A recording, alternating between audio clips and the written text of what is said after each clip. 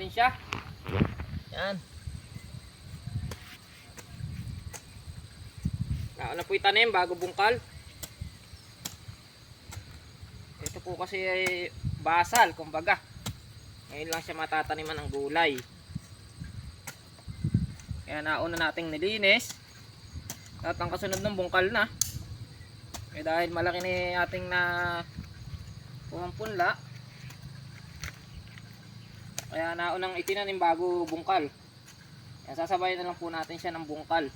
Habang lumalaki talong, sasabayan natin yung bungkal. Para tumatag yung puno.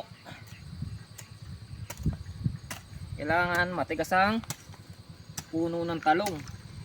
Kasi marami siyang magbunga. Yan.